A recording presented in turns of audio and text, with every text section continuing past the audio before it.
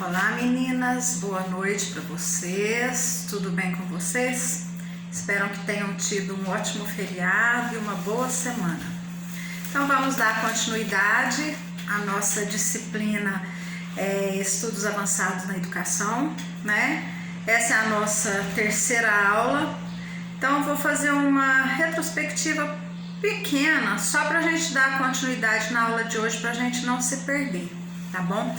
Então, na última aula, o último assunto que a gente falou foi sobre as novas tecnologias, as consequências das novas tecnologias no ensino educacional, porque elas vieram como uma comunicação em massa e a internet veio ocupando um espaço enorme, né? E ela revolucionou o movimento educacional neste novo milênio, né? E a gente comentou ainda que os jovens têm muito mais facilidade em se adaptar às novas tecnologias que os adultos, né? Que a maioria dos jovens já nasceram na era da tecnologia. Haja visto que tem uma denominação, um termo para denominar os jovens que nasceram na era da tecnologia, são os nativos digitais, que são os jovens que nasceram e cresceram com as tecnologias digitais na sua vida, né? Esse foi o último assunto da nossa aula passada.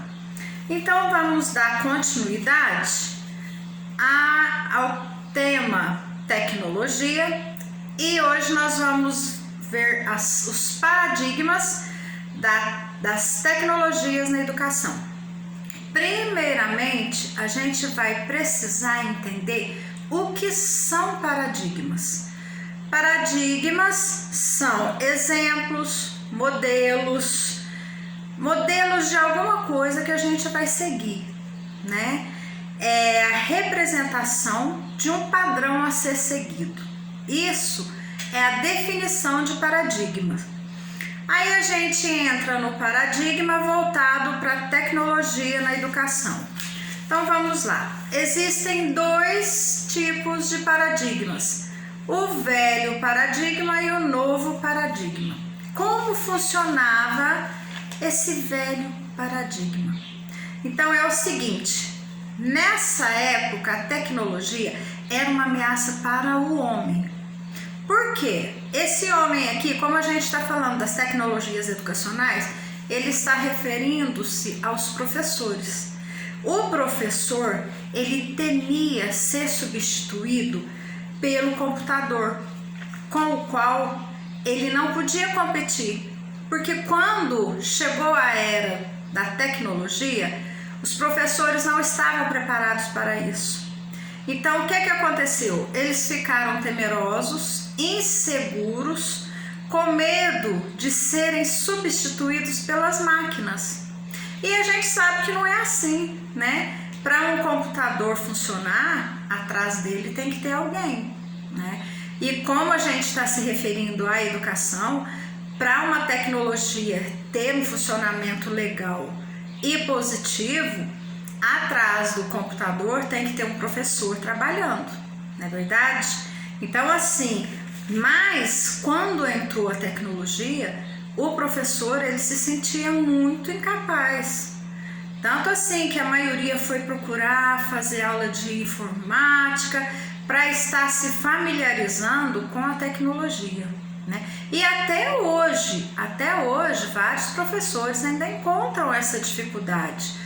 Tem uma certa resistência a aceitar a tecnologia devido à dificuldade que tem em aprender, né?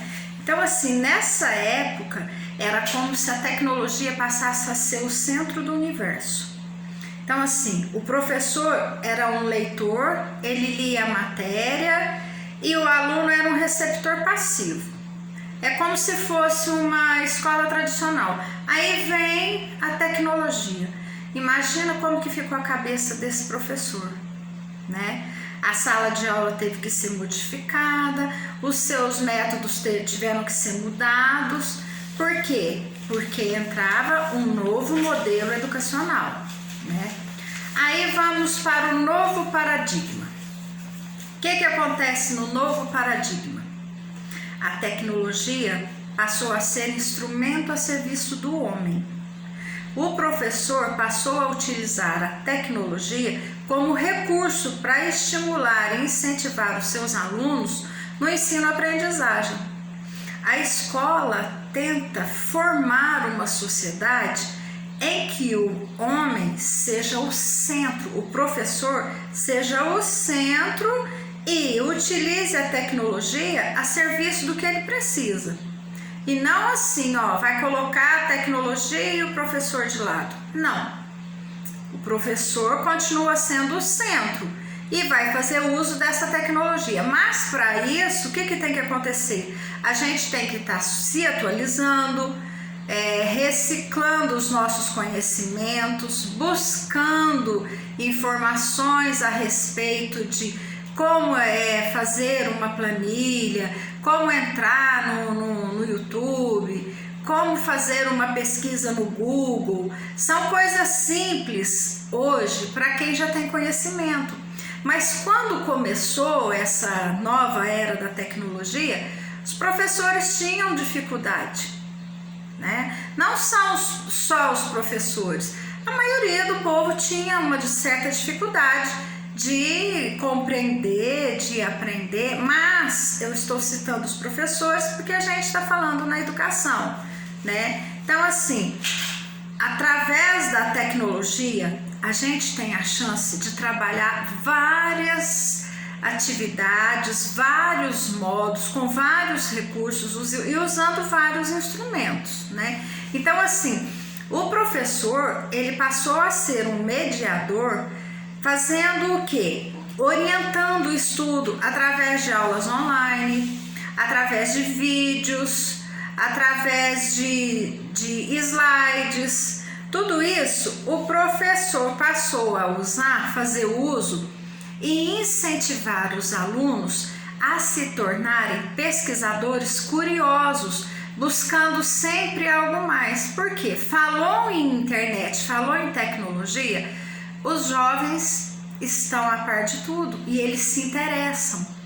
Então, assim, a partir do momento que o professor passou a jogar a tecnologia para o aluno fazer uso dos seus estudos, o que aconteceu foi que a gente teve uma melhora e uma resposta muito grande desses alunos por eles estarem fazendo algo que eles gostam, né? Então, assim, tudo que a gente faz, que a gente gosta, a gente faz bem feito. Então, assim, você passa uma pesquisa e um trabalho para o aluno e pede para ele pesquisar na internet, desde que ele faça uso da internet, mas um bom uso, não aquele uso que ele vai lá, ele pesquisa, ele copia do jeito que tá, ele não tem o cuidado nem de recortar. Ali vai as páginas do jeito que ele tirou lá no Google, ele manda para o professor. Não é isso. Então, assim, a gente tem que desenvolver no aluno um interesse para que ele faça uma pesquisa, para que ele leia o que ele pesquisou, para que ele interprete o que ele está fazendo, aquele trabalho que ele está realizando, para que possa obter frutos. Mas a partir do momento que o aluno ele tem o conhecimento da internet, ele tem mais um melhor incentivo e estímulo para realizar seus trabalhos, né? Então, assim, o aluno ele passa a ser o agente da aprendizagem.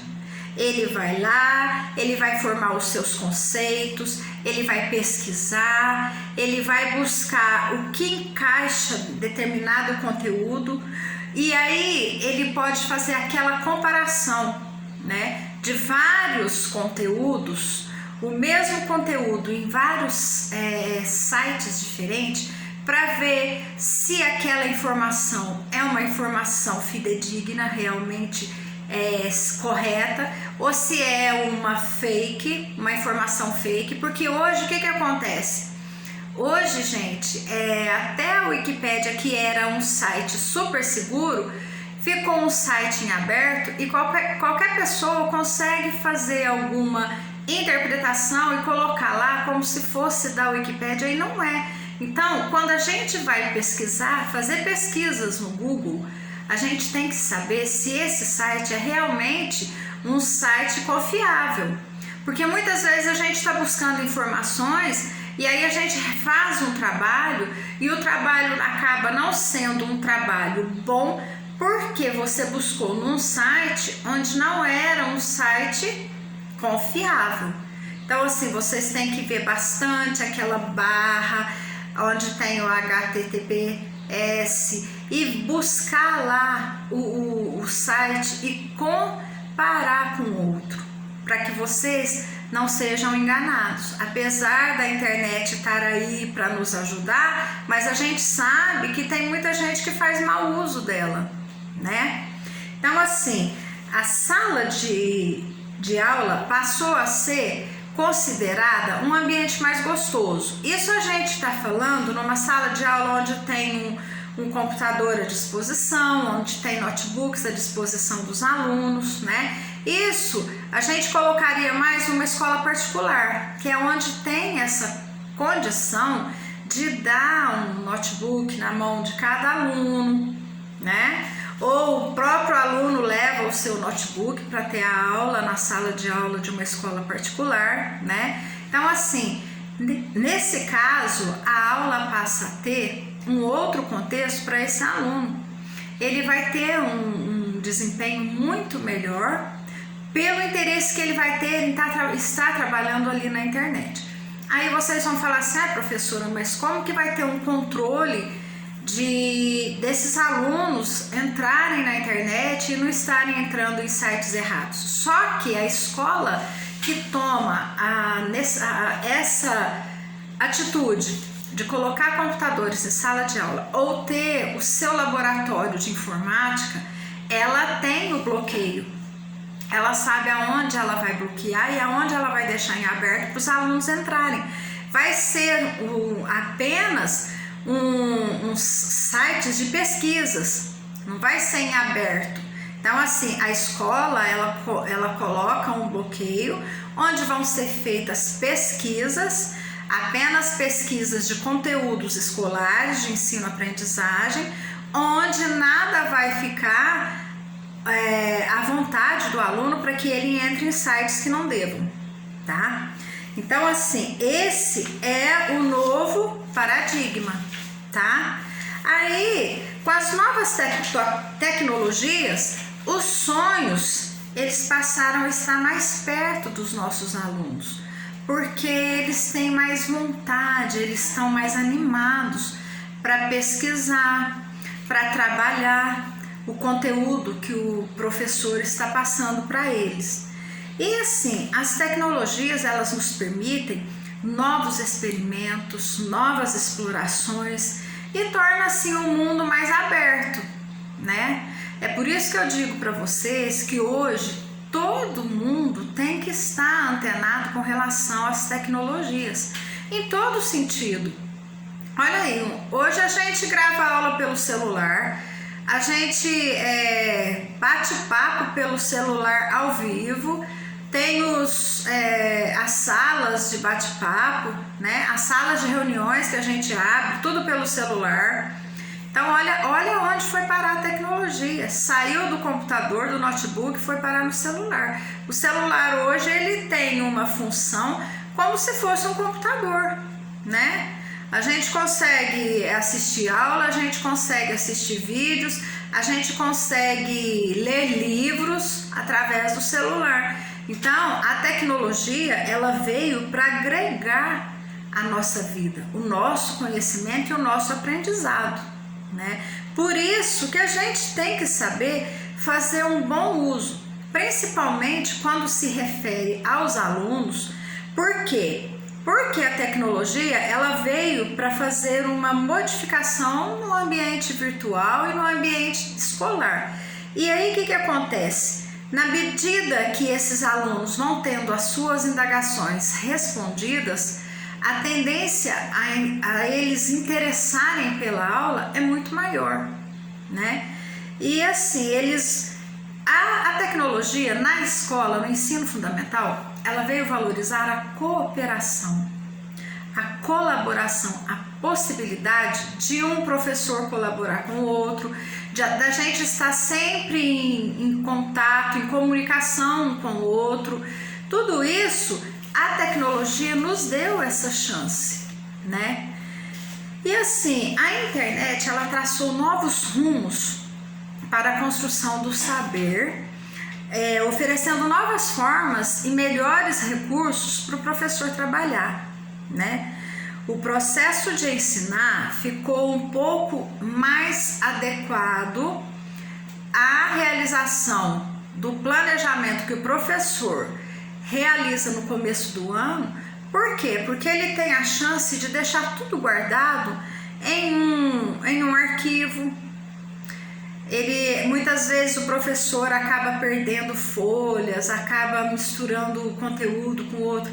Ali não, ele monta um planejamento, monta uma planilha, deixa lá nos seus arquivos, precisou, entra lá, busca lá. Então assim, tudo isso é a tecnologia que nos dá, né? Coisas que veio para facilitar a vida do professor. Não há como a gente ignorar essas mudanças tecnológicas, não tem como, gente. A era antiga, antes da tecnologia, acabou ficando para trás, né? A gente sabe que a maioria das escolas ainda não tem aquela estrutura para ter uma lousa digital, para estar dando uma aula digitalizada, mas a maneira do professor trabalhar e a maneira dele se interar com seus alunos pode muito melhorar através da tecnologia, né? E assim, seguindo os objetivos da educação, segundo a Constituição Federal, segundo as leis de diretrizes e bases, o LDB, segundo o Estatuto da Criança e do Adolescente, o ECA, tem um artigo que diz o seguinte: a escola deve contribuir para o pleno desenvolvimento da criança e prepará-la para o exercício da cidadania e sua qualificação para o trabalho. O que a gente pode entender com isso? Que quando a gente está se atualizando através da tecnologia, nos atualizando através da tecnologia, a gente está conseguindo trabalhar de uma forma que a gente está preparando de uma maneira mais assim direcionada para o exercício da cidadania e para o campo do trabalho. Por quê? Porque a tecnologia, ela vem nos dar essa facilidade, né? Coisas assim que muitas vezes antes da tecnologia a gente não conseguia realizar, hoje a gente tem a chance de estar direcionando esse aluno para esse fim que a gente deseja. E esse artigo não é um artigo novo, é um artigo já devido que foi colocado na nova LDB, mas a nova LDB é de 96, né? Constituição também, o ECA, não são leis tão atuais, né? Mas tem esse preposto que nos diz isto, que a gente vai preparar o aluno para a cidadania e para o trabalho. E a gente está usando a tecnologia para fazer isso com melhor desempenho e com uma facilidade maior, né? E assim, como que a gente vai direcionar nossas crianças e nossos adolescentes para o uso seguro e responsável da internet, das novas tecnologias? É o que eu disse para vocês. Na escola, quando a gente tem acesso à tecnologia na escola e os alunos vão acessar, a gente tem como bloquear e direcioná-los apenas aonde a gente quer que eles entrem. Agora, em casa, vai depender dos pais. Os pais precisam tomar o cuidado de bloquear determinados sites para que as crianças ou mesmo os adolescentes não vão até lá. Apesar de que a gente sabe, gente, que o adolescente, quando ele quer entrar em algum site ou fazer algum contato, eles sabem muito mais do que a gente, né? Essa é a verdade. Haja visto que há muitos hackers por aí, né? Mas eu acho o seguinte, o que importa é o diálogo entre os pais e os filhos, para saberem o que realmente eles podem e não, principalmente com crianças.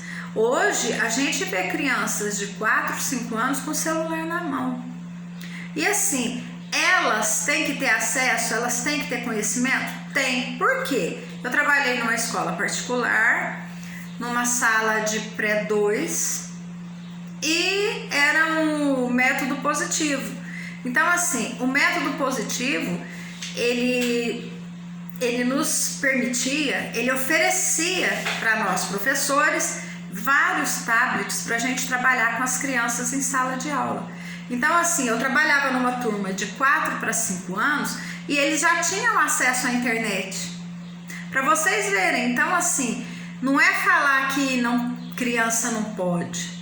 Pode, porque nas escolas eles já têm acesso, principalmente nas escolas particulares, né? Que o ensino é outro, o ritmo é outro. Então assim, podem ter acesso, devem ter acesso, mas lá a gente estava controlando, a gente bloqueava o que não podia e eles só entravam, eram atividades de cores, de sílabas, eram atividades de formar palavras, eram atividades de alfabetização para essas crianças. Então assim, não tinha problema nenhum, né? Agora em casa, como que os pais têm controle a respeito disso? Aí os pais é que têm que trabalhar. O problema é que muitas vezes os pais, coitados, não têm uma certa instrução, não têm conhecimento. Às vezes eles dão um notebook ou um computador para os seus filhos, achando que eles vão fazer uso para estudo, e muitas vezes o adolescente vai fazer um mau uso. Então assim, em casa é complicado, mas na escola a responsabilidade é do professor, é da equipe gestora, é da direção, tá? A gente vai fazer esse controle. É aí que a gente vai fazer um uso seguro da tecnologia, principalmente da internet, dentro de uma escola, dentro da sala de aula.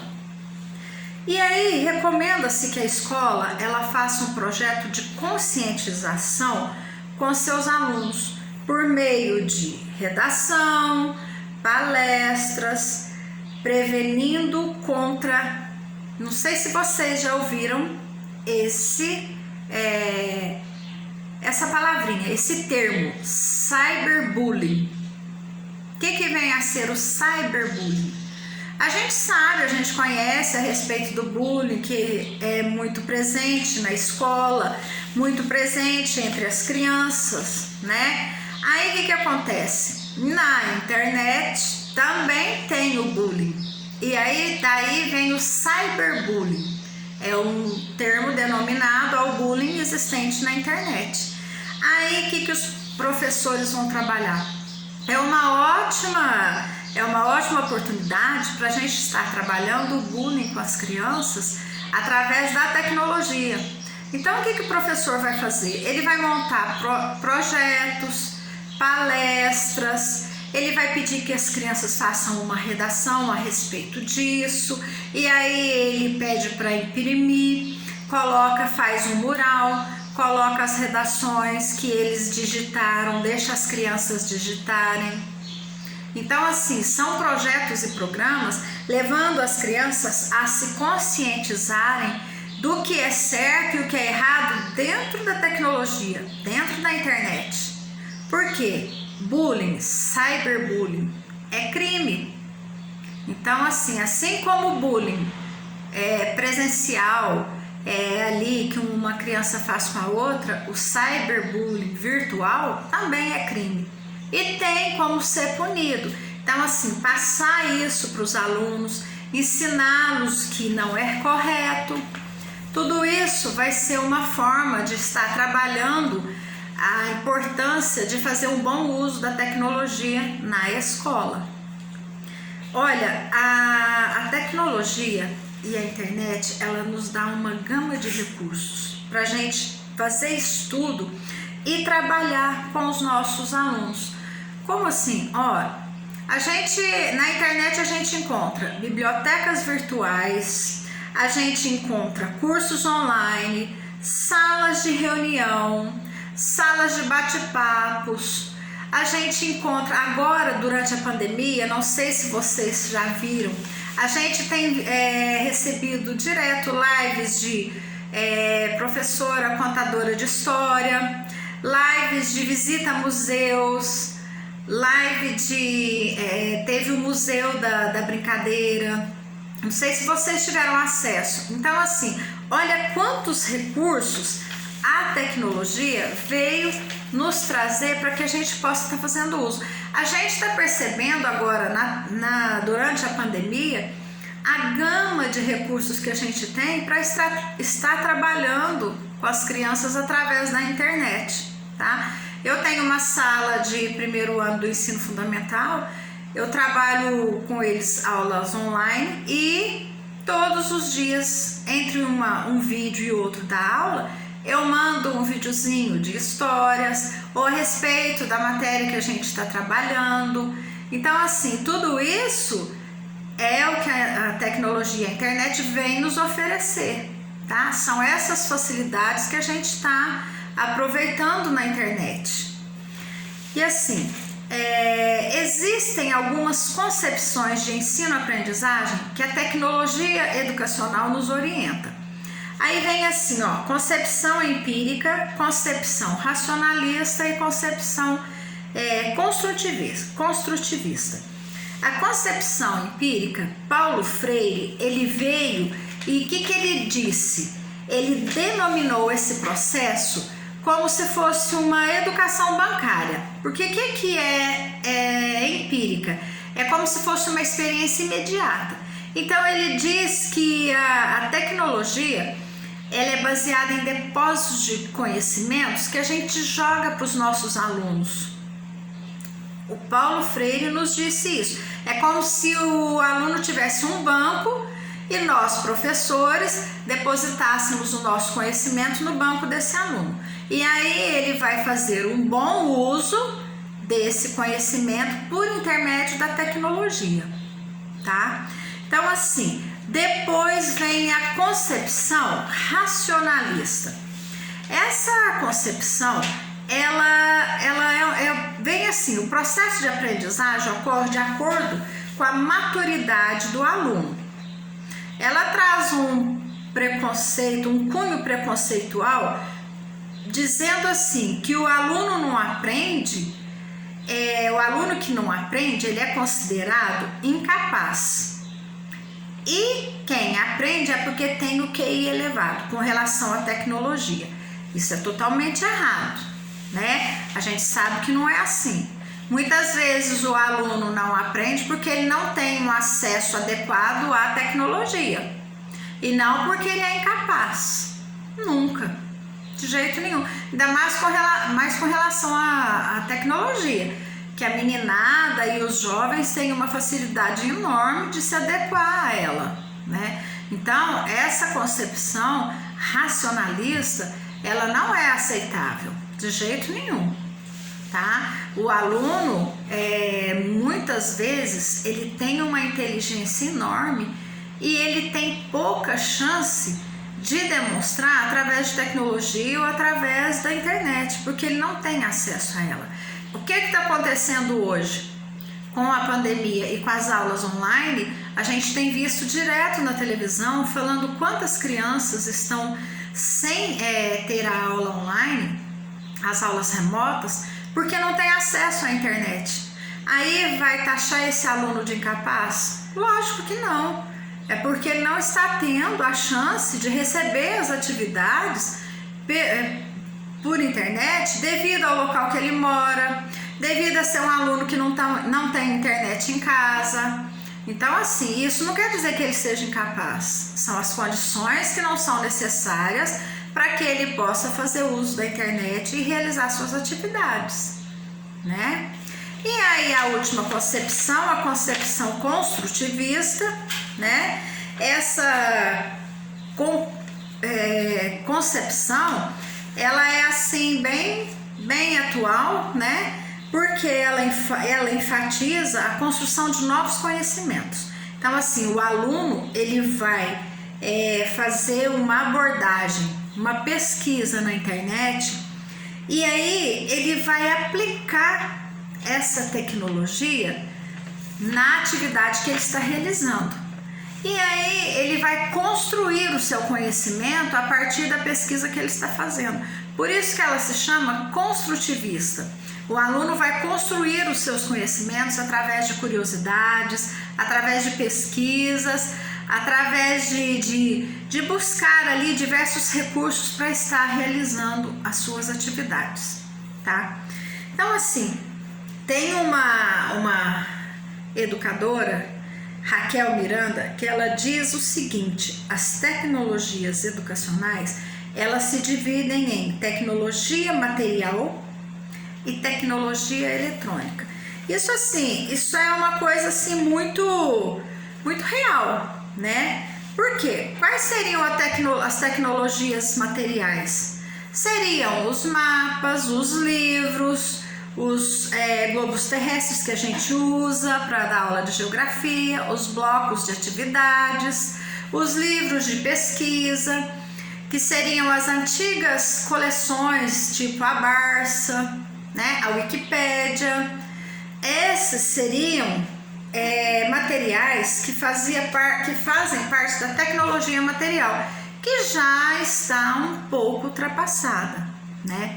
Aí vem a tecnologia eletrônica, aí abrange tudo que a gente está vivendo nos dias de hoje. Aí vem aparelho DVD, vem data show, vem aparelho de TV, computador, notebook, tablets, celulares.